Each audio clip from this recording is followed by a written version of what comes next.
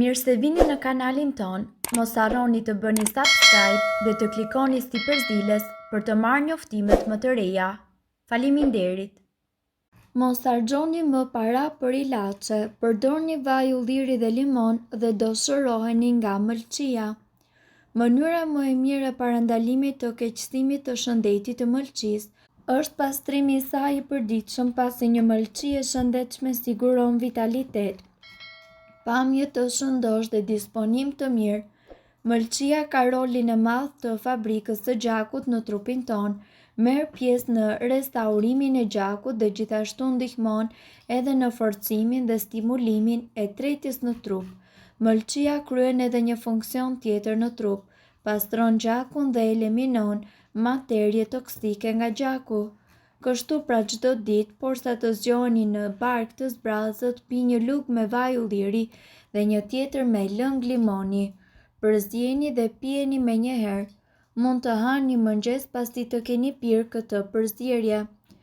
Brenda një muaji me këtë regjim, ju do të ndjeni ndryshimin. Pamja juaj do të përmirësohet dukshëm. Rrathet e zinj nën sy do të zhduken. Lëkura juaj do të jetë njëkohësisht më e pastër dhe përtërir. Zorrët do të punojnë shumë më mirë, por diçka tjetër shumë e rëndësishme është se do harroni për problemet e kapslokut dhe problemet me tretjen. Do të ndiheni shumë herë më të shëndetshëm dhe plot me energji pozitive. Kur mëlçia është plot me toksina, ajo nuk është në gjendje që të funksionojë normalisht. Njerëzit nuk marrin parasysh që një mëlçi e pastër dhe e shëndetshme është ndoshta faktori më i rëndësishëm i cili përcakton nëse humbja e peshës është e mundur ose një proces i tillë do të ndalet dhe nuk do të japë ndonjë rezultat në planin afatgjatë. Në qoftë se ju dëshironi që të bini në peshë, ne ju këshillojmë që të provoni këtë recetë dhe ta plotësoni. Konsumoni këtë pije dhe pastroni mëlçin tuaj nga të gjitha papastërtitë dhe toksinat të cilat janë grumbulluar në të. Konsumojeni këtë pije 2 herë në ditë për 2 ditë rresht, 6 ditë gjithsej.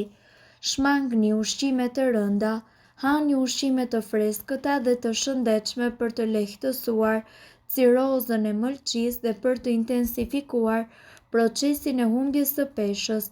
Përbërësit janë 3 limon, 1 filxhan majdanoz të coptuar, vetëm gjethe majdanozi, 5 kërcellë selinot të coptuar dhe 1,2 litra ujë. Procedura: në një blender bluani lëngun e 3 limonëve, majdanozit dhe selinoz dhe më pas shtoni ujë dhe përzieni gjithçka mirë. Konsumoni 2 filxhan në ditë në mëngjes dhe në mbrëmje me stomakun bosh 2 orë para ngrënies. Përzierja e marrë me këtë recetë mundet që të zgjasë afërsisht 3 ditë. Ruajeni përzierjen që rezulton në frigorifer.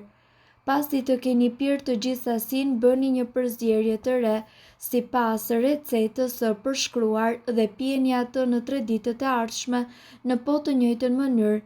Pasi të keni pirë këtë pije për 6 ditë me radhë, bëni një pushim prej të paktën 7 deri në 10 ditë dhe sigurisht duhet të keni parasysh që më pas ta përsërisni të njëjtin trajtim edhe një herë.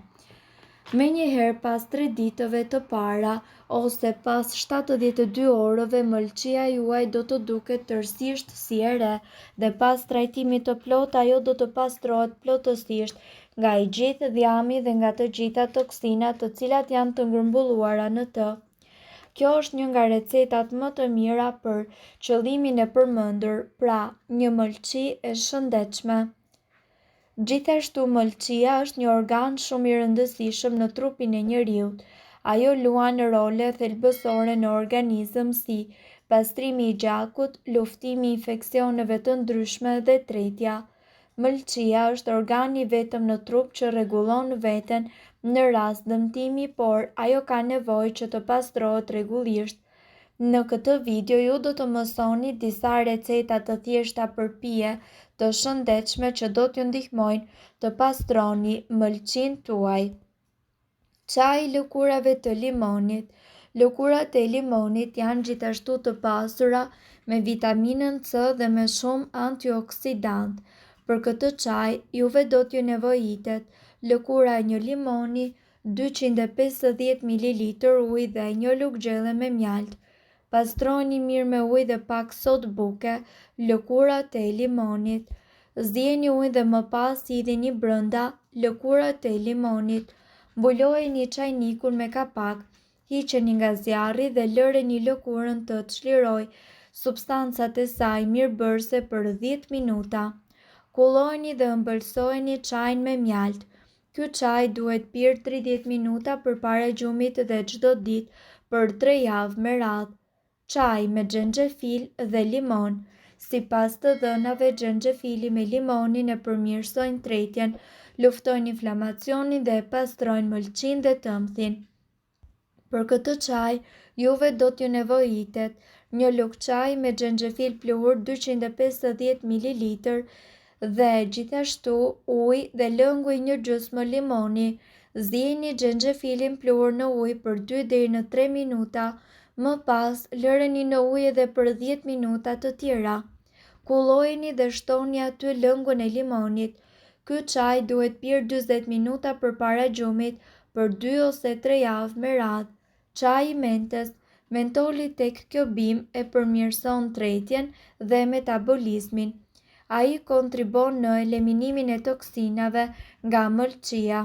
Për përgatitjen e çajit, juve do t'ju nevojiten një lugë gjelle me gjethe mente, 250 ml ujë dhe gjysmë lugë gjelle me lëng limoni. Zjeni mentën në ujë, lëreni atë për 10 minuta dhe më pas kullojeni. Sipas dëshirës mund të shtoni edhe lëng limoni. Ky çaj duhet pirë çdo mbrëmje 20 minuta përpara gjumit për 3 javë me radhë. Çaji i kamomilit. Kamomili është gjithashtu i pasur me shumë antioksidantë të cilët ndihmojnë edhe në filtrimin e toksinave nga e gjithë mëlçia juaj.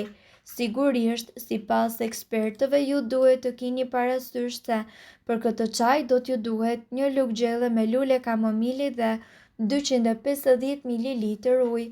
Zjeni kamomilin për 5 minuta dhe më pas lëreni me një anë për 10 minuta të tjera. Kullojeni dhe pijeni menjëherë përpara se ju të shtriheni për të fjetur.